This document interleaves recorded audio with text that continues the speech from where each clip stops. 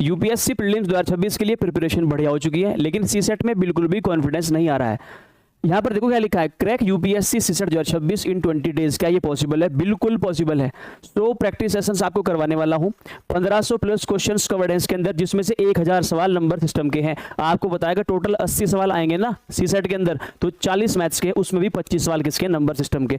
और क्या फायदा है? 400 प्लस पीवाईक्यूज कवर्ड है, यानी कि सारे के सारे प्रीवियस ईयर के सवाल आपको एक जगह सीक्वेंस में चैप्टर वाइज प्रैक्टिस सेशन में करने को मिलेंगे। 2015 से लेकर 2025 सारे के सारे कवर्ड है। 100% स्ट्रेटेजी है, फोकस प्रिपरेशन है, प्लान मेरा है, प्रैक्टिस मैं कराऊंगा, परफॉर्म आप करोगे अपने एग्जाम में। यूपीएससी सीसेट 2027 वाले बच्चों के लिए फाउंडेशन कोर्स होने वाला है कंप्लीट, इसको मैं पढ़ाऊंगा।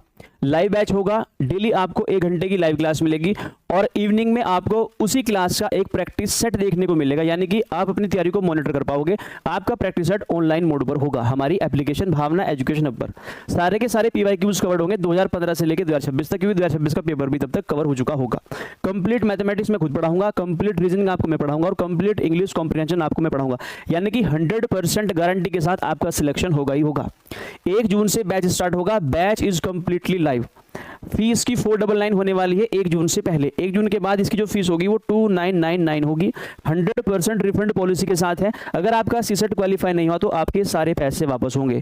सीसेट क्वालिफाई करने के लिए आपको मेरे साथ जुड़ना पड़ेगा। 5 महीने में आपका कंप्लीट सिलेबस मैं कर दूंगा। उसके बाद आपको 50 फुल मॉक टेस्ट कराऊंगा मैं, 80 क्वेश्चंस वाला, जिससे आपका पेपर होगा ऑनलाइन मोड पर होगा वो भी, और सारी की सारी तैयारी आपकी मैं मॉनिटर करूंगा, यानी कि आप मेरे सुपरविजन में तैयारी करोगे।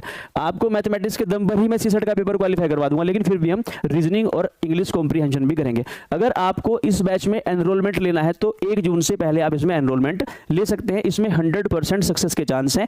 एक बार ही तैयारी करनी है बस, उसके बाद हर बार आपका सीसेट क्वालिफाई होगा ही होगा। तो चलिए अब स्टार्ट करते हैं अपना प्रैक्टिस सेशन। ये हमारा पहला सवाल। देखो क्वेश्चन क्या होंगे, रिपीट होंगे क्योंकि कंसेप्ट तो सेम है। मुझे आपको प्रैक्टिस के माध्यम से सारे कंसेप्ट सिखाने हैं। अगर मुझे प्रैक्टिस के माध्यम से कंसेप्ट सिखाने हो तो मेरे पास एकमात्र सॉल्यूशन क्या है कि मैं आपको number of question same type के ज्यादा दूं। इसने कहा 54 की पावर 282। जिन बच्चों ने कल क्लास करी होगी वो वीडियो पॉज करके पहले इसका आंसर देंगे। 54 की पावर 282, 54 की पावर 282 है, और इनटू 126 की पावर, 126 की पावर कितना है? 118 है, फिर इनटू है, फिर 127 की पावर, 127 की पावर कितना है हमारे पास? 142 है। देखो जब भी मुझे इकाई का अंक निकालना होता है तो मुझे सिर्फ इकाई के अंक से मतलब है, बाकी यहाँ पर क्या लिखा है मुझे उससे मतलब नहीं है। तो यहाँ पर इकाई का अंक 4 है, यहाँ पर इकाई का अंक 6 है, यहाँ पर इकाई का अंक 7 है। देखो 4 की पावर, 4 की पावर अगर कभी भी 4 की पावर, देखो संख्या या तो विषम होगी या सम होगी। अगर 4 की पावर कभी भी एक नंबर ऐसा है जो इवन है तो हमेशा इकाई का अंक कितना आता है? 6 आता है। ध्यान रखना हमेशा। अगर कभी भी 4 की पावर इवन है, 4 की पावर एक सम संख्या है, तो हमेशा इकाई का अंक 6 आएगा हमेशा।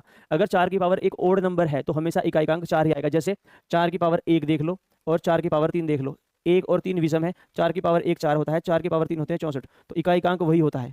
अगर 4 की पावर कैसी हो? एक सम संख्या हो, तो देखो 4 का स्क्वायर कितना होता है? 16, और 4 की पावर 4 कितना होता है? 256। दोनों का इकाई का अंक कितना है? 6 है। तो ये सबसे आसान है, और इकाई का अंक यूनिट डिजिट में डिटेल में आपको पढ़ा रखा है।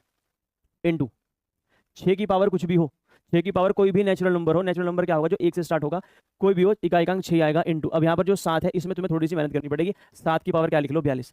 और कल ही बताया था ये साइक्लिसिटी का कंसेप्ट फॉलो करता है। देखो 2 3 7 और 8, 2 3 7 और 8 ये चारों ऐसे नंबर है जो साइक्लिसिटी के कंसेप्ट को फॉलो करते हैं। यहाँ पर लिखना है तुम्हें रिमाइंडर। देखो यहाँ पर ये 142 है, आप कहोगे सर आपने तो 42 उठाया। देखो हमें कोई संख्या 4 से भाग करनी है, और 4 से भाग करने का नियम ये कहता है कि अगर संख्या के आखिरी के 2 अंक 4 से कट गए, अगर संख्या के आखिरी के 2 अंक 4 से कट गए तो संख्या भी 4 से कटेगी। तो मुझे बस 42 काटना है। जब 42 को 4 से कट करूंगा तो रिमाइंडर कितना आएगा? 2। यही 7 की पावर में लिख देना है। तो 6 गुना 6 कितना होता है? 36। देखो 6 गुना 6 और गुना, और 7 की पावर 2 कितना होता है? 49 का इकाई का अंक कितना होता है? 9। 6 छंग 36, 6 6 9 54, तो 4। तो मेरे पास आंसर कितना होगा? 4, जो कि ऑप्शन नंबर क्या है मेरे पास? डी है। तो देखो 6 छंग 36 कितना आया? 6, और फिर 6 9 54, तो आंसर कितना आया? 4। इतने प्यारे सवाल है, तो डेली करोगे देखो कितने कंसेप्ट आपके रिवाइज होंगे। कल ऐसा क्वेश्चन हमने किया था, अगर बीच में प्लस निशान है तो आंसर कमेंट करना, लेकिन अब बीच में इंटू है। अगर मुझे 200 का फैक्टोरियल, 200 का फैक्टोरियल की गुणा किस में करनी पड़ जाए? 300 के फैक्टोरियल में, जो गुणा करके आएगा वो एक इतना बड़ा नंबर होगा, शायद आप उसे कॉपी पे ना लिख पाओ एक बार में, पर हमें क्या निकालना है? उसमें नंबर ऑफ जीरोस निकालनी है। हमें उसमें क्या निकालनी है? Number of zeros. ये मैंने आपको पहले दिन ही बता दिया था कि नंबर ऑफ जीरोस निकालना बहुत आसान है। कैसे? किसी भी फैक्टोरियल में मुझे क्या ढूंढना होता है? 2 और 5 का जोड़ा। किसी भी फैक्टोरियल में 2 की कमी नहीं होती, कमी होती है तो 5 की। तो मैं 5 देखता हूँ, तो 200 के फैक्टोरियल में अगर 5 देखूंगा तो 5 निकालने का तरीका सिंपल है। कैसे निकलता है? 200 को 5 से भाग कर दो। जब 200 को 5 से भाग करेंगे तो कितना आएगा? 5 चौक 20, 5 जीरो, यहाँ पर मुझे भाग पर लिखना है। फिर 5 से करेंगे 5 अट्ठे 40, फिर 5 से करेंगे यहाँ पर लिखेंगे 5 एकम 5। जब तक देखो मुझे यहाँ सिर्फ भागफल लिखना, जब तक ये नंबर इससे छोटा ना आए तब इसको करते जाओ। तो ये 49 आए, तो ये पता है 49 का ये 5 की संख्या है, और जितने 5 होंगे उतनी जीरो होंगी। यानी कि 200 के फैक्टोरियल में मेरे पास कितनी जीरो है? 49 जीरो है। ऐसे जब आप 300 के फैक्टोरियल में निकालोगे तो निकालो 300 के फैक्टोरियल में। जब 300 के फैक्टोरियल में हम निकालेंगे, जब 5 से भाग करेंगे तो 5 छंग 30, 5 जीरो जीरो, फिर 5 से करेंगे तो कितना आएगा? 12 आएगा। जब फिर 5 से करेंगे तो कितना आएगा? 2 आएगा। तो भैया कितना हो गया? 74। तो यहाँ पर कितने हैं? 74 5 की संख्या है, तो जीरो भी कितनी होगी? 74। तो 74 जीरो यहाँ है और भाई 49 जीरो यहाँ है। 74 जीरो यहाँ है और 49 जीरो यहाँ है। बीच में है गुणा का साइन। बीच में क्या है? गुणा का साइन। देखो यहाँ 49 भी है, 74 भी है। अगर बीच में प्लस होता, अगर बीच में प्लस होता तो कल ही बताता, संख्या में जो कम होता है वही तो नंबर ऑफ जीरो होती है, तो 49 ऑप्शन में है। लेकिन ध्यान रखना बीच में अगर गुणा है तो ये जुड़ जाएंगे, और इस बात को आपको रटना नहीं है, मैं समझाऊंगा इसको आपको। देखो अगर हम क्या करें, अगर हम एक नंबर ले लें 10,000, 1 2 3 4 और इसकी मल्टीप्लाई में 1000 में कर दूं, तो मैं आसानी से नंबर ऑफ जीरोस निकाल सकता हूँ। कितनी आएंगी देखो जरा भाई, एक ये 7 जीरो आएंगी, 1 2 3 4 5 6 और 7। देखो जब ये 7 जीरो आएंगी तो सिंपल है, यहाँ पर जीरो कितनी है? 4 है। यहाँ पर जीरो कितनी? 3 है। 4 और 3 देखो 7 ही जुड़ कर तो आई है, तो बीच में अगर कभी भी गुणा का साइन हो तो ये जुड़ जाएंगी, ये जुड़ कर आएंगी। तो 74 इसकी और 49 इसकी, जब ये जुड़ जाएंगी तो कितनी हो जाएंगी? 9 4 13, 7 4 12, 123। तो 123 ऑप्शन में नहीं है, मैंने जानबूझ के डाला था 123 ऑप्शन में, ठीक है। तो एक ऑप्शन नंबर ई बना देंगे 123 वाला, एक ऑप्शन नंबर ई बना देते हैं 123। तो भाई 123 आएंगे नंबर ऑफ जीरोस। तो बस तुम्हें एक बात ध्यान रखनी है, अगर बीच में प्लस या माइनस हो तो नंबर ऑफ जीरोस वो आएंगे जो संख्या में कम होगा, और अगर बीच में गुणा हो, जनरली बीच में गुणा ही पूछी जाती है, अगर गुणा होगी तो आप इन दोनों को प्लस कर दोगे, तो नंबर ऑफ जीरोस कितने होंगे? 123। सवाल number 3, what is the total number of factors of 1080? अब तक आप किसी भी संख्या के टोटल नंबर ऑफ फैक्टर्स निकालने सीख गए हैं अगर आपने पिछली दोनों क्लासेस करी है। और आप मेरा यकीन मानिए, अगर आप डेली ये 200 सेशन अटेंड करते हैं तो आपका कभी भी कोई भी एग्जाम नहीं रुकेगा जिसमें मैथमेटिक्स पूछी जाती है, चाहे वो आपका यूपीएससी का सीसेट हो, चाहे वो आपका किसी भी स्टेट का पीसीएस हो, चाहे आपका वो उत्तराखंड का लोअर पीसीएस हो, चाहे आपका उत्तराखंड का एसआई का पेपर हो, क्योंकि मैथमेटिक्स सब में सेम है। और ध्यान रखना, सबसे अच्छी मैथमेटिक्स यूपीएससी सीसेट के अंदर ही पूछता है। वो दिखने में आसान लगती है पर उसमें गलती होने के चांसेस बहुत ज्यादा रहते हैं। तो जितना डीपली आप कंसेप्ट पढ़ोगे उतने ही चांसेस है आपके सीसेट क्वालिफाई करने के। और इसमें सिर्फ आपको डेली आधा घंटा इन्वेस्ट करना है, ये इन्वेस्टमेंट है। और आधा घंटा तो आप किस में वेस्ट कर देते हो? अपना इंस्टाग्राम की रील्स, फेसबुक की रील्स और यूट्यूब की शॉर्ट्स में। तो भाई आप छात्र हो, स्टूडेंट लाइफ है, अपने टाइम को इन्वेस्ट करो, ठीक है। देखो सबसे पहले क्या करेंगे, कल बताया था कि 1080 का क्या करना है तुम्हें? Prime factorization. तो जिसके लास्ट में जीरो होता है ना, ये बड़ा आसान होता है करना। इसमें क्या करो, जीरो को छोड़ दो, 108 को लिखना शुरू करो। 108 तुम कैसे लिख सकते हो? देखो 2 से स्टार्ट करना, 2 2 दूनी 4, 4 4 दिया 12, और 12 दिया 36, 36 दिया 108। अब इसको 10 को लिख लो, ये 10 होता है 2 गुना 5, काम खत्म। देखो 1 2 3, 3 तो मेरे पास 2 है, इनटू 1 2 3 ही मेरे पास 3 है, और 1 मेरे पास 5 है। देखो अगर कभी भी आपको कुल गुणनखंडों की संख्या निकालनी है, अगर क्या निकालनी है? टोटल। देखो तीनों लिखूंगा मैं आज, टोटल लिखूंगा, लेकिन लिखूंगा डायरेक्ट, इवन लिखूंगा और ओड लिखूंगा। भाई टोटल होगा कुल, इवन होगा सम। सम गुणनखंड कैसे होंगे? जो सिर्फ 2 से कटेंगे, सबसे आसान है। और विषम कौन से होते हैं? जो 2 से नहीं कटते, बस ये ध्यान रखना। देखो अब हम डायरेक्ट लिखें इसको, ये कुल है, ये तो सबको पता है, टोटल को कुल बोलते हैं। देखो अगर टोटल निकालने हैं तो सबकी पावर में एक एक ऐड कर दो। अगर मेरे भाई आपको टोटल निकालने हैं, सबकी पावर में एक एक ऐड कर दो, इनको मल्टीप्लाई कर दो। तो इसमें एक ऐड करोगे, 3 और 1 4, 3 और 1 4, और 1 और 1 2, 4 चौक 16 दूनी 32। 32 मेरे पास ऑप्शन में होना चाहिए। अगर 32 मेरे पास ऑप्शन में है तो ऑप्शन भी मेरा बिल्कुल सही आंसर है। अगर मुझे इवन निकालने हैं, ध्यान रखना, अगर इवन निकालने हैं तो 2 की पावर के साथ छेड़खानी नहीं करनी, और बाकी सब में एज इट इज वही एक जोड़ो और मल्टीप्लाई कर दो। 4 दिया 12 और दूनी 24। अगर मुझे ओड निकालने हैं तो 2 के साथ ही छेड़खानी नहीं करनी, बाकी में ऐड करो एक एक और मल्टीप्लाई कर दो। 4 गुना 2 8। लो भाई आपका एक सवाल तैयार हो गया। कभी भी आपसे टोटल नंबर ऑफ फैक्टर्स पूछ ले, आपसे इवन नंबर ऑफ फैक्टर पूछ ले, आपसे ओड नंबर ऑफ फैक्टर पूछ ले, आपका सवाल रेडी है। सवाल नंबर 4, इसने कहा है a divisor is 15 times the quotient and 3 times of the remainder. If remainder is 90 then find the dividend. सबसे प्यारा सवाल है, और इसको सीखने के लिए ना आपको एक बेहतरीन तरीका बताऊंगा, आप उससे सवाल को हमेशा करोगे। देखो आपने जिंदगी में भाग करी है अपने, कैसे करी है? देखो हम मान लेते हैं ये यहाँ पर ए है, ये बी है और ये सी है। मान के चलो ये पहाड़ा पहाड़ा एम बार चला है और यहाँ पर ये शेषफल डी है। अगर मैं इंग्लिश में लिखना चाहूँ तो ये जो सी है ना, इसको तो बोलते हैं क्वोशंट। ये भाई क्वोशंट है, जिसको हम क्या बोलते हैं हिंदी में? भागफल। ये भागफल है, यानी भाग करने के बाद जो मुझे फल मिलता है, ये वही भागफल है। ये जो नीचे डी है ना, डी, ये है मेरा रिमाइंडर। रिमाइंडर तो यहाँ ना हमेशा इनमें एक रिलेशन बनता है। रिमाइंडर को हिंदी में क्या बोलते हैं? शेष। शेष नाग वाला शेष नहीं, शेष फल वाला। अब देखो यहां पर आओ, ये है तुम्हारे पास जो ए है, इसको बोलते हैं हम डिविजर, यानी कि भाजक। और जो ये अंदर बैठा है इसको बोलते हैं हम डिविडेंड। ये डिविडेंड है। जिसको हिंदी में क्या बोलते हैं, भाज्य। तो आपने ना एक रिलेशन पढ़ा होगा, पहली दूसरी तीसरी क्लास में पढ़ा देते हैं कि ए गुणा सी, अगर ए की मल्टीप्लाई सी में कर दें और उसमें डी जोड़ दें तो ये बी के बराबर आता है।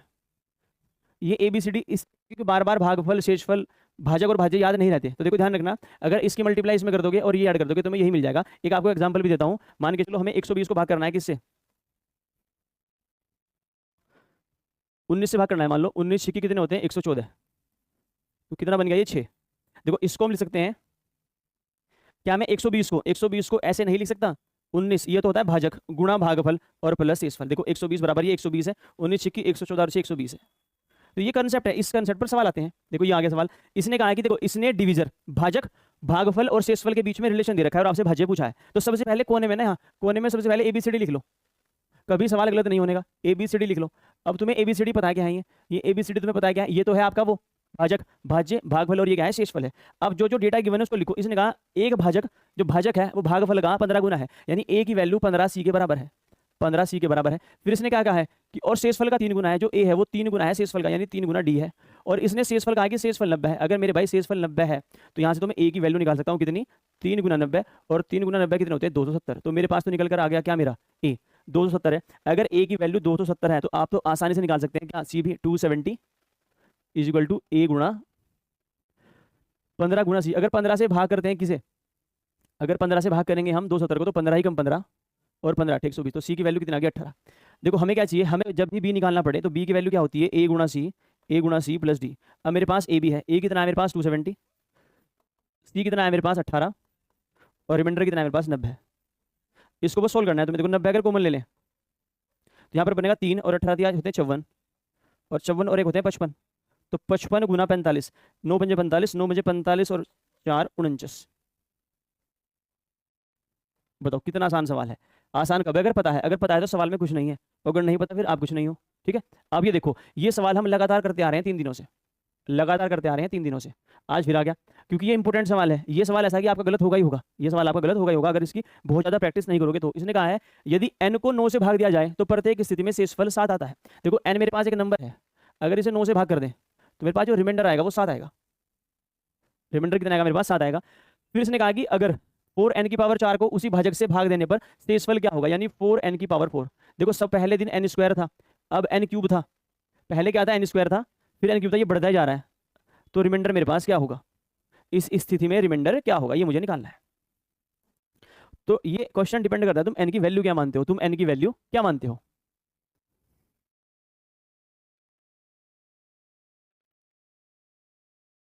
देखो सिंपल है, n की वैल्यू 7 मान लेते हैं। अगर मैं n की वैल्यू 7 मान लूँ, अगर n की वैल्यू हम 7 मान लें, और 7 को अगर मैं 9 से भाग करूंगा, अगर मैं 7 को 9 से भाग करूंगा तो मेरे पास कितना आएगा रिमाइंडर, तो 7 ही आएगा। क्यों, क्योंकि 9 का पहाड़ा 0 बार चलेगा भाई। अगर देखो, अगर कभी भी जो हर होता है, ये अंश ये हर है, अगर कभी भी अंश हर से छोटा हो तो वही शेषफल होता है, क्योंकि 9 का पहाड़ा एक बार भी नहीं चल पाएगा, 0 बार चलेगा और वहीं पर खत्म हो जाएगा। तो रिमाइंडर 7, यानी n की वैल्यू 7 मान लेते हैं। अगर n की वैल्यू 7 मान ले तो 4 गुना यह है 7, और 7 की पावर 4, इसे भाग कैसे करना है, मुझे 7 से ही भाग करना है, 7 से ही भाग करना है, नहीं भाई 9 से भाग करना है, 9 से भाग करना है, 9 से, 9 से भाग करना है, 9 से भाग करना है, 9 से, ठीक है 9 से। तो मैंने आज ये सवाल जानबूझ के लिया क्योंकि मुझे आपको थोड़ा सा रिमाइंडर थ्योरम के बारे में बताना है। रिमाइंडर थ्योरम की पूरी वीडियो यूट्यूब पर पड़ी है, जाकर देख लेना। और यहाँ पर मैं कुछ करने वाला हूँ, वो ध्यान से देखना। देखो ये 4 है, अगर मैं 4 को 9 से भाग करूंगा तो रिमाइंडर 4 ही आएगा, रिमाइंडर 4 ही आएगा। अगर मैं 7 को 9 से भाग करूंगा तो रिमाइंडर 7 आएगा। 7 एक बहुत बड़ा नंबर है और 7 की पावर 4 होता है 2401, एक बहुत बड़ा नंबर होगा, तो अननेसेसरी मुझे कैलकुलेशन करनी पड़ेगी। तो यहाँ पर एक होता है कंसेप्ट ऑफ नेगेटिव रिमाइंडर। हम क्या करेंगे, हम यहाँ पर 9 का पहाड़ा पूरी एक बार चला देंगे, 9 कम 9, तो रिमाइंडर कितना बचेगा, -2, -2 बचेगा। कितना बचेगा, -2। तो देखो -2 की पावर 4 है ये, देखो ऊपर क्या बनेगा तुम्हारे पास 4 गुणा, और ये -2 की पावर 4 है, -2 की पावर 4 होता है 16 और बटे 9। देखो 16 चौका 64, 64 बटे 9, तो 9 7 63 होते हैं। रिमाइंडर कितना होगा मेरे पास 1। तो इस सवाल का जो रिमाइंडर होगा वो कितना होगा, 1 होगा, जो कि ऑप्शन नंबर क्या है मेरे पास, 1 ही है, 1 ही है। अगर आप इसको ऐसे करना चाहते हैं, 7 की पावर 4 होता है 2401, 2401 करोगे फिर उसकी मल्टीप्लाई करोगे 4 में, तो ये 9616 हो गया, 9616। अगर तुम इसे 9 से भाग करोगे तो 9 कम 9 61, 9 6 54, तो कितना बच गया देखना जरा, ये 7 और 6 9 72, यहाँ पर 4 बज रहा है, 1 सेकंड। तो 2401 है भाई, ये 2401 है तो 9604 बचेगा। अगर 9604 को 9 से भाग करेंगे तो 9 को 9 कट जाएगा, 604 करेंगे, 9 6 54, ठीक है, सही है भाई बिल्कुल। देखो अब हम क्या करेंगे, इसको एक और तरीके से करेंगे। अगर मुझे ये मानना ही है तो देखो, अगर मैं n की वैल्यू -2 मान लूँ ना, -2, और -2/7, 9 -2/9 करो यहाँ पर, तो देखो नेगेटिव रिमाइंडर का कंसेप्ट ये कहता है कि आप देखो मुझे 7 लेकर आना है, तो इस 9 में से अगर 2 घटाओगे तो 7 ही आएगा, इस अगर 9 में से 2 घटाओगे तो 7 आएगा। ये मैं आपको कल वाले स्लाइड में बताऊंगा कल, वरना आज आपके लिए ज़्यादा भारी हो जाएगा। क्यों, देखो यहाँ पर मैं -2 मान के भी आंसर ला सकता हूँ अपना, उससे मुझे फायदा क्या होगा, यहाँ पर -2 की पावर 4 हो गया, 16 16 चौका 64, 64/9 आंसर आ गया 1, मुझे कुछ भी नहीं करना। लेकिन आज के लिए आपके लिए ज़्यादा हो जाएगा ये, आप बस इतना जान लो फिलहाल, ठीक है। ये जान लो कि मैंने 7 की पावर 4 नहीं लिखा, मैंने क्या करा पता है, मैंने 7 को भाग किया है 9 से, और 9 का पढ़ा एक बार चला दिया, 9 कम 9, देखो यहाँ पर -2 बच गया, 7 में से अगर 9 घटाएंगे -2, आपके लिए नई बात होगी नेगेटिव रिमाइंडर। भाई नेगेटिव रिमाइंडर कैसे आ गया, ये आता है, इससे सवाल आसान बनते हैं। क्योंकि देखो हमें क्या करना है, यहाँ ऊपर छोटे से छोटा नंबर लेकर आना है, क्योंकि मुझे उसकी पावर भी तो करनी है। तो 9 का पढ़ा जब एक बार चलाऊंगा और 7 में से 9 घटाऊंगा तो -2 की पावर 4, 16 मिलेगा, 16 चौका 64। धीरे धीरे धीरे आप ये सारी की सारी पहेलियां समझ जाओगे। अब देखो सवाल नंबर 6, नॉर्मल हमारा टाइम एंड वर्क का सवाल है। ए किसी काम को करने में 15 दिन का समय लेता है। ए किसी काम को करने में, मिस्टर ए करता है किसी काम को 15 दिनों में, बी उसी काम को करने में 20 दिन का समय लेता है, और सी उसी काम को करने में 24 दिन का समय लेता है। सबसे पहले आपको 15, 20 और 24 का एलसीएम लेना है, और 15, 20 और 24 का एलसीएम कितना होता है, 120। और ये मेरे भाई 120 पता है क्या है, ये है टोटल वर्क, ये क्या है, टोटल वर्क है जो हमें करना है, ये क्या है, टोटल वर्क। अगर तुम ऑप्शन देखना चाहोगे ना, तो यहाँ पर टोटल वर्क होता है मेरे पास 19 छिक्की 114, यहाँ पर 118 बैठ रहा है, यहाँ पर 119 बैठ रहा है, यहाँ पर 117 बैठ रहा है, पूरा 120 काम भी इसी ऑप्शन में है। तो आंसर मेरे पास यही ऑप्शन है। देखो जरा, अगर 120 काम है तो ए एक दिन में कितना काम करता होगा, 8, बी एक दिन में कितना काम करता होगा, 6, सी एक दिन में कितना काम करता होगा, 5। एक दिन में किसी के द्वारा किया गया काम क्या दर्शाता है, उनकी क्षमता, एफिशिएंसी दर्शाता है उनकी। तो 8 और 6 14 5 19, अगर एक साथ काम करेंगे तो एक दिन में 19 काम करेंगे, एक दिन में 19 काम करेंगे। तो 120 तो काम करना है, और एक दिन में काम होता है 19, और 120/19 को क्या ले सकते हैं हम, 6 सही 6/19 डेज, 6 सही 6/19 डेज, जो कि ऑप्शन नंबर क्या है मेरे पास, ए ही है, पहले ही मैंने मार्क ये कर दिया था। अगर आपसे एलसीएम लेना नहीं आता तो आप कमेंट करोगे, मैं आपको एक क्लास एलसीएम लेने वाली ही सिखाऊंगा, क्योंकि एलसीएम लेना तीसरी चौथी पांचवी क्लास में सिखा देते हैं टीचर, क्योंकि ये जिंदगी भर काम आता है। एक व्यक्ति बिंदु ए से बी तक 40 किलोमीटर प्रति घंटा की गति से यात्रा करता है, और बिंदु बी से बिंदु ए तक 60 किलोमीटर प्रति घंटा की गति से वापस आता है। पूरी यात्रा के लिए उसकी औसत गति ज्ञात कीजिए। ये सवाल इसलिए आया है क्योंकि ये कल भी आता है, सिर्फ आपको याद करवाने के लिए कि क्या आपको कल की बात याद है। तो ऐसी कंडीशन में जो एवरेज स्पीड होती है, कब, जब कोई इंसान किसी जगह पर जाता है और वापस आता है, तो जो एवरेज स्पीड बनती है वो क्या बनती है, 2xy अपॉन x + y। तो एक आदमी 60 की स्पीड से नहीं 40 की स्पीड से गया, और 60 की स्पीड से आया, और 40 और 60 का सम कितना होता है, 100। तो भाई कितना आ गया, 48 kilometre per hour, 48 kilometre per hour, जो कि ऑप्शन नंबर क्या है मेरे पास, ए है। अगला सवाल, अगर आप ये 15 सवाल डेली करोगे, मान के चलो आप जो है तैयारी में हो अपनी। ए और बी की वर्तमान आयु का अनुपात 4:5 है। इनकी जो वर्तमान आयु है उनका अनुपात 4:5 है, यानी कि जो ए और बी है, ये अगर ए है और यहाँ पर ये बी है, अगर ए की आयु 4 है तो बी की आयु 5 है, बी की आयु 5 है। 6 वर्ष बाद उनकी आयु का अनुपात 5:6 हो जाता है। बी की वर्तमान आयु ज्ञात करें। ये जो है इनकी वर्तमान आयु ही लिखी है, ये इनकी वर्तमान आयु का अनुपात लिखा है, ये प्रेजेंट एज है मेरे भाई, ये प्रेजेंट एज है इनकी, कितनी, 4:5। कितनी है ये, 4:5। अब मुझे एक बात बताओ, अगर बी की एज 5 पॉइंट है तो क्या बी की एज 5 का मल्टीपल नहीं होगा, 5 10 15 20 25 30, तो ये तो 5 के मल्टीपल नहीं, ये तो मेरे आंसर नहीं बन सकते ना 36 और 24। क्यों, क्योंकि तो 5 से कटते ही नहीं, क्योंकि बी की वर्तमान उम्र जो है वो 5 है रेशो के हिसाब से, आंसर 5 से कटना चाहिए। इसने कहा कि 6 साल बाद, 6 साल बाद जो ये रेशो है ये कितना बन गया, अगर ये 5 हो गया तो ये कितना हो गया, 6 हो गया।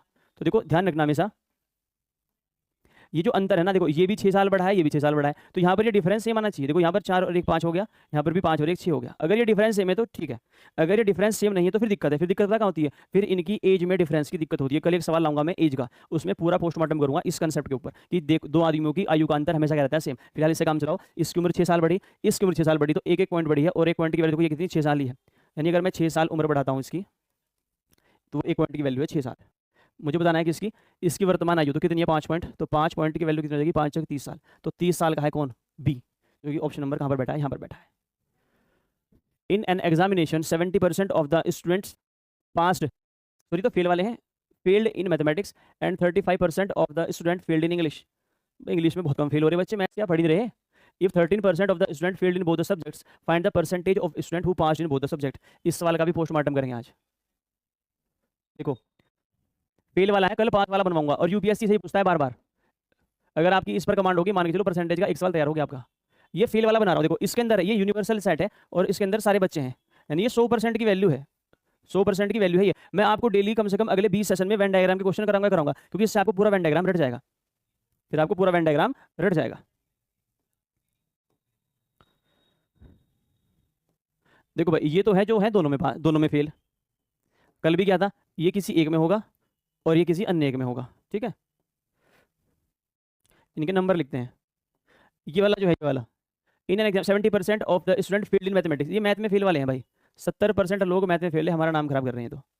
और इंग्लिश में कितने फेल है, सिर्फ 35% है, और पूरे भारत की इंग्लिश खराब है। सबसे पहले क्या करना, दोनों में जो फेल है, दोनों में 13% लोग फेल है। 13% लोग ऐसे हैं जहाँ ना उन पे इंग्लिश आती, ना उन पे मैथ आती, हिंदी आती होगी उन पे, ठीक है। वे 13% लोग हैं। देखो अब क्या निकालेंगे हम, ओनली मैथ्स, ओनली मैथ्स। पहले आप ओनली मैथ्स निकालोगे, फिर आप ओनली क्या निकालोगे, फिर आप ओनली इंग्लिश निकालोगे, ठीक है। तो ये पूरा सर्कल 70 का है, 13 यहाँ पर भरा चुका है, तो ओनली मैथ पढ़ते हैं 57% जो पास हुए। और ये कितने, अगर ये पूरे 35 से अगर 13 घटा दोगे तो 22% लोग कैसे हैं जो केवल और केवल इंग्लिश में फेल है। तो फेल होने की कितनी कंडीशन हो सकती है मेरे भाई, फेल होने की कंडीशन हो सकती है 3, या तो कोई एक सब्जेक्ट में फेल हो, या तो कोई मैथ में फेल हो, या कोई किस में फेल हो, इंग्लिश में फेल हो, या कोई दोनों में फेल हो, इसके अलावा सारे क्या होंगे, पास होंगे। तो इसके बाहर जो होगा वो क्या होगा, पास होगा, पास होगा। अब देखो ये कितने हैं, ये पूरा सर्कल देख लो 70 का है, 70 और 12 92, तो 92% लोग ऐसे हैं जो फेल हैं, चाहे एक में हो और चाहे दोनों में हो, तो उसके अलावा सारे क्या होंगे, पास होंगे। तो 8% लोग क्या है जो पास है, जो कि ऑप्शन नंबर क्या है, बी है। अब देखो आपको ना एक सवाल देता हूं, मान के चलो मेरे पास जो टोटल स्टूडेंट है वो 500 है, टोटल स्टूडेंट कितने हैं, 500 है, कितने हैं 500, तो परसेंट में तो 100 है और नंबर में कितने हैं 500, मेरे पास 500 स्टूडेंट्स हैं। अब देखो जो जो वो पूछेगा मैं सारी चीज लिख दूंगा। तो यहाँ पर 100% की वैल्यू, 100% की वैल्यू कितने हैं, 500 बच्चे हैं, तो 1% की वैल्यू क्या होगी, 1% की वैल्यू होगी 5 बच्चे। अब जो भी कुछ पूछेगा उसमें 5 कर देंगे मल्टीप्लाई। अब ये अगर पूछता कि कितने बच्चे पास हुए, अगर ये पूछता कि कितने बच्चे पास हुए तो कैसे बताओगे, बताओ। अगर ये पूछेगा कि कितने बच्चे पास हुए तो कैसे बताओगे, अगर ये पूछेगा कि कितने बच्चे पास हुए हैं तो कैसे बताओगे। अब देखो 1% की वैल्यू कितनी है, 1% की वैल्यू 5 बच्चे हैं, तो दोनों में पास कितने हैं 8%, तो 8% की वैल्यू हो जाएगी 40 स्टूडेंट्स। अगर ये पूछता कि केवल इंग्लिश में कितने पास है, तो 22% है, 22 पंजे 110 बच्चे कैसे होते हैं जो केवल किस में पास होते हैं, अंग्रेजी में। ये पूछता कि दोनों में कितने फेल हैं, सॉरी भाई ये फेल वाले हैं। अगर पूछता केवल इंग्लिश में कितने फेल हैं 110, ये पूछता दोनों में कितने फेल है, तो 13 पंजे 65 बच्चे ऐसे जो दोनों में फेल है। मैथ वाले तो 5 सत्ते 35 और पंजे पंजे 25 और 3 38, 385 बच्चे कैसे हैं जो मैथ्स में फेल है, 385 बच्चे कैसे हैं जो मैथ्स में फेल है। तो कुछ भी पूछ सकता है आपसे, आपको नंबर देकर, ठीक है। आगे चलो, ये एवरेज का सवाल कल भी आया था, ये आज भी आ गया, और ये आएगा, क्यों आएगा, क्योंकि यूपीएससी ने सबसे ज्यादा बार इसे पूछा है। तो 5 तो नंबर सिस्टम के बेहतरीन सवाल, और जो अदर अरिथमेटिक चैप्टर्स है उनका एक एक सवाल आपको डेली मिलेगा, उससे क्या है आपकी प्रैक्टिस बनेगी, रिवीजन होगा और कंसेप्ट लंबे समय तक याद रहेंगे। इसको देखो जरा क्या है, the average age of a group of 18 person increases by 3 साल when a new person replaces one who is 36 year old, find the age of the new person. कल भी कराता है, अगर न्यू पर्सन की एज निकालनी है, कल मैंने बेसिक से कराया था वैसे आपको ये, अगर मुझे न्यू पर्सन की एज निकालनी है तो कैसे निकालेंगे बताओ, इज इक्वल टू, देखो एक आदमी ग्रुप छोड़ के गया जो 36 साल का है, इसकी जगह एक दूसरा आदमी आया, इसने आकर सबकी जो एवरेज एज बढ़ा दी, इसका मतलब कि ये इससे बड़ा है, ये 36 से बड़ा है, 36 से बड़ा है प्लस, यहाँ पर लिखोगे वर्तमान में कितने भाई 18 थे, एक गया और एक आ गया, तो 18 यहाँ भी, और एवरेज पर क्या फर्क पड़ा, पूरे 3 पॉइंट का। तो बस ये तरीका करने का, 36 प्लस 18 थी 54, और 36 और 54 कितने होते हैं 90, तो 90 ये किलो वेट 90 साल का है जो बच्चा, जो जी ये बुढ़ा है, जो बुढ़ा है वो 90 साल का है। कल बेसिक से कराया था। क्वेश्चन नंबर 11, लो भाई मैंने आपको 2 दिन क्या पढ़ाया, पहले आयत पढ़ाया और आज एक आयत का प्यारा सा सवाल पूछ लिया। इसने कहा है कि हमारे पास लेंथ एंड ब्रेड दे रखी है, एक रेक्टेंगुलर फील्ड की, एक रेक्टेंगुलर फील्ड की लेंथ और ब्रेड दे रखी है, और उसमें लगानी है घास, हरी हरी घास, और घास लगाने का रेट कितना है 20 रुपये पर मीटर स्क्वायर, 20 रुपये पर मीटर स्क्वायर का खर्चा है आपके पास, ₹20 पर मीटर स्क्वायर का। और लेंथ कितनी है, लेंथ है इसकी 25 मीटर, और ब्रेड कितनी है इसकी, ब्रेड है इसकी 16 मीटर, 16 मीटर। तो एरिया निकाल लो भले मानुष, एरिया क्या होगा इसका, क्षेत्रफल क्या होता है इसका, लंबाई गुना चौड़ाई, तो 25 गुना 16, और 25 गुना 16 25 छिक्के 150, 25 कम 25 और 15 40, 400 मीटर स्क्वायर इसका क्षेत्रफल है, यानी काफी बड़ा प्लॉट है इसका भी है। 1 मीटर का खर्चा कितना है 20 रुपये, 2 मीटर का खर्चा कितना होगा 40 रुपये, 3 मीटर का खर्चा कितना होगा 60 रुपये, तो 400 मीटर स्क्वायर का खर्चा कितना होगा मेरा 400 और गुना 20, तो भाई 1 2 3 1 2 3 मात्र 8,000 रुपये मेरा काम हो जाएगा, जो कि ऑप्शन नंबर कहाँ पर है, सी पर है। नेक्स्ट, लो भाई आपके 10 सवाल, सॉरी 11 सवाल मैथमेटिक्स के हो गए खत्म, 11 सवाल। अब पढ़ेंगे हम डायरेक्शन। देखो मैं आपको सिर्फ और सिर्फ डायरेक्शन का क्वेश्चन कराऊंगा डेली, फिर मैं आपको रैंकिंग क्वेश्चन कराऊंगा, एक सीरीज और एक कोडिंग डिकोडिंग। जब आपका इन पर कमांड हो जाएगा फिर मैं क्या करूंगा, ब्लड रिलेशन स्टार्ट करूंगा और सेटिंग अरेंजमेंट स्टार्ट करूंगा, ठीक है। तो मुझे सब कुछ कराना है आपको। सबसे पहले क्या बना लो, पूर्व पश्चिम उत्तर और दक्षिण। कभी भी डायरेक्शन का सवाल करना हो तो सबसे पहले क्या बनाओ, पूर्व पश्चिम उत्तर दक्षिण। ये ईस्ट है और ये वेस्ट है। ऊपर देखो नॉर्थ है, नीचे देखो साउथ है। एक आदमी तुम्हें कहाँ खड़ा करना है, हमेशा यहाँ पर। अगर किसी को चलाना है तो यहाँ चलाना है भाई, ऐसी जगह से चलाना है जहाँ ना उसे दिखे कि कहाँ पूर्व कहाँ पश्चिम, यहाँ से चलाओ। इसने कहा है एक आदमी 20 किलोमीटर पूर्व की ओर चलता है, तो इस बार वो पूर्व की ओर चला है, कितना 20 किलोमीटर, ऐसे गया। ये भाई पूरा 20 किलोमीटर चला है, 20 किलोमीटर चला।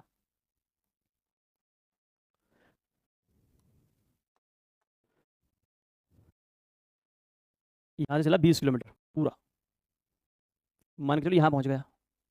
ये 20 किलोमीटर चल चुका है और ये आपको बिल्कुल नहीं दिख रहा होगा कलर, ऐसा मैं मान सकता हूँ। तो मैं इसको क्या कर दूंगा, रेड कर दूंगा, शायद अब दिख जाइए। हाँ अब शायद दिखा है 20 किलोमीटर। अब इसने क्या किया, फिर ये दाएं मुड़ा, मतलब दाएं मुड़ा, सॉरी बाएं मुड़ा। ये बाएं देखो, अगर मैं ऐसे जा रहा हूँ तो मेरा ये बाएं है, ऐसे मुड़ेगा। अगर ऐसे देखो, ऐसे अगर आप जा रहे हो तो आपको ये बाएं पड़ेगा, ऐसे मुड़ेगा। और ऐसे मुड़ कर ये कितना चला, 7 किलोमीटर चला सिर्फ। कितना चला है ये, 7 किलोमीटर, 7 किलोमीटर चला है। अगर मैं सीधा जा रहा हूँ फिर देखो, फिर ये क्या मुड़ा, दाएं मुड़ा और 4 किलोमीटर चला। अब ये इधर मुड़ा और 4 किलोमीटर चला, ये चला 4 किलोमीटर। तो मुझे बताना है कि ये प्रारंभिक बिंदु से कितनी दूर है, प्रारंभिक बिंदु से कितनी दूर है। ये प्रारंभिक बिंदु यहाँ पर है, ये यहाँ पर है, ये भाई साहब यहाँ पर है, और यहाँ से। तो ये क्या पूछता है, ये डायरेक्शन पूछेगा और ये पूछेगा कि स्टार्टिंग पोजीशन से कितनी दूर है। देखो यहाँ पर अगर मैं हूँ तो मैं यहाँ पर हूँ, देखो नॉर्थ ये रहा, ईस्ट ये रहा, ये तो नॉर्थ ईस्ट है। देखो ये नॉर्थ है और ये ईस्ट है, इसके बीच में कहीं भी होगा वो नॉर्थ ईस्ट माना जाएगा। ये साउथ है, ये ईस्ट है, कहीं बीच में होगा तो साउथ ईस्ट होगा। इधर होगा तो साउथ वेस्ट होगा, इधर होगा तो नॉर्थ वेस्ट होगा। तो नॉर्थ ईस्ट देखो कितने ऑप्शन में है, जितने ऑप्शन में नॉर्थ ईस्ट होगा वो सारे मेरे आंसर हो सकते हैं। यहाँ पर तो नॉर्थ नॉर्थ है, यहाँ पर नॉर्थ वेस्ट है, ये नॉर्थ ईस्ट, यहाँ पर पेज फंस गया। अब देखो मुझे क्या निकालनी पड़ेगी, लंबाई निकालनी पड़ेगी ये वाली। अगर मैं ये लंबाई निकालूं ये वाली, तो मुझे सबसे पहले ये मिलाना पड़ेगा, ऐसे कोई ना कोई एक ट्रायंगल बनाना पड़ेगा, ठीक है। मुझे एक त्रिभुज की आवश्यकता पड़ेगी। देखो अगर ये 4 है तो ये भी कितना है, 4 मीटर है। तो अगर मैं यहाँ से लेकर यहाँ तक की लेंथ देखूँ पूरी, तो ये 24 मीटर हो चुकी है।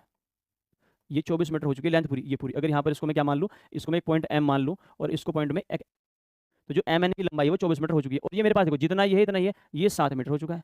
तो लगनी क्या, लगनी तो पाइथागोरस ही है। दो ही तरह के सवाल होते हैं इसमें, या तो पाइथागोरस लगाकर वो लेंथ निकाल लो, या फिर क्या निकाल लो, डायरेक्शन निकाल लो। डायरेक्शन आसान निकालनी, क्योंकि यहाँ पर खड़ा है तो ये नॉर्थ ईस्ट है। देखो सिंपल है, यहाँ पर ये 24 मीटर है, ये 7 मीटर है, तो 25 मीटर बन जाएगी। 7 24 25 की क्या होती है, ट्रिपलेट होती है। अगर नहीं पता इसको एम और जेड मान लो। अगर मुझे एम जेड निकालना है, M Z is equal to क्या होगा, अंडर द रूट ऑफ 7 का स्क्वायर और प्लस 24 का स्क्वायर। 7 का स्क्वायर 49 होता है, 24 का स्क्वायर 576 होता है, जोड़कर 625 आ जाएगा। और 625 का स्क्वायर रूट क्या होता है, 25।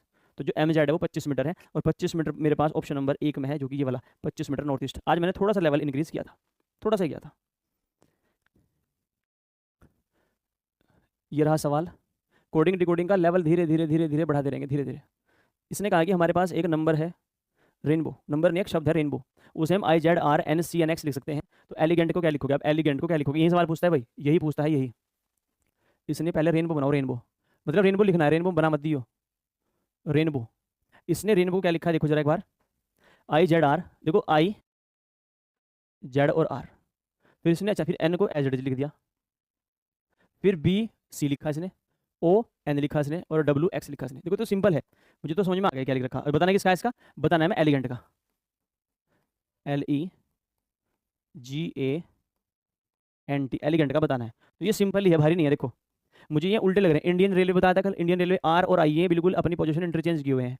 A to Z होता है, फिर ये इंडियन रेलवे हो गया। इसने N को एच डी रख लिया। देखो BY नहीं लिखा इसने, अगर आपको BY वो अपोजिट वाली नहीं चल रही, इसने B से अगला नंबर लिखा है। और देखो O से पिछला नंबर होता है N, और इसने W से अगला नंबर लिखा है। यानी कि अगर इसमें मैं देखूँ तो यहाँ पर क्या चल रहा है, यहाँ पर एक वो चल रही है। देखो यहाँ पर क्या, ये तो है +1, यहाँ पर हुआ -1, यहाँ पर हुआ +1, यहाँ पर हुआ +0, एज इट इज नंबर लिख दिया इसने। ये अपोजिट है, ये अपोजिट पेयर है। तो E का अपोजिट क्या होता है, V, इवनिंग होता है ना, इवनिंग, ध्यान करो इवनिंग। फिर बताता लव, फिर इवनिंग। G तुम्हें एज इट इज लिखना, A में 1 जोड़ना है, N में से 1 घटाना है, और T में 1 जोड़ना है। देखो VOV है क्या, VOV GBMU, GBMU सारे कर लोगे आप, सारे सवाल कर लोगे अगर एक बार समझ गए तो।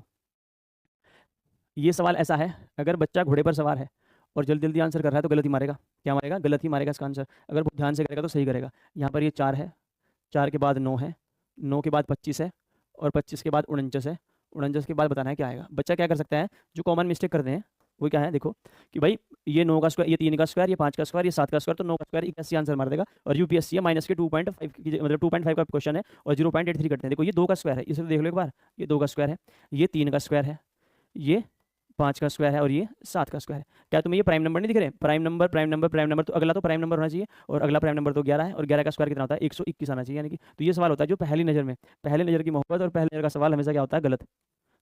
ये लो सवाल नंबर आखिरी, ये रैंकिंग का सवाल है। आज इस सवाल को करवाने का मतलब ये है कि आपको अभी रट जाएगा left right up down position. तो आज कौन है भाई? आज है मयूर।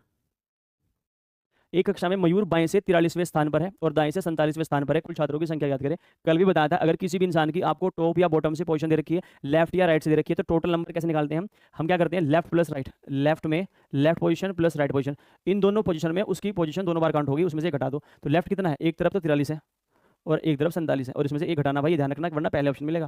देखो 90 माइनस 1, 90 माइनस 1 कितना हो गया मेरे पास? 89। तो 89 इस सवाल का क्या है आंसर, जो कि ऑप्शन नंबर, ऑप्शन में नहीं है 89, 91। अच्छा 83 को बना लो 91, जो 83 है इसको बना लो 91। 7 और 3 10, 4 4 8 रहेगा, उसमें से घटा दो, इसको बना लेते हैं 89। ठीक है, ये 89 है और ये मेरे पास मेरा आंसर है। तो भाई ये जो कंप्लीट कोर्स है यूपीएससी सीजर 2027 वाले बच्चों के लिए कंप्लीट लाइव होने वाला है, आप इसमें एनरोलमेंट ले सकते हैं। इसी के साथ आज का सेशन खत्म होता है। अब आपसे मिलेंगे अगले सेशन के साथ, तब तक के लिए धन्यवाद।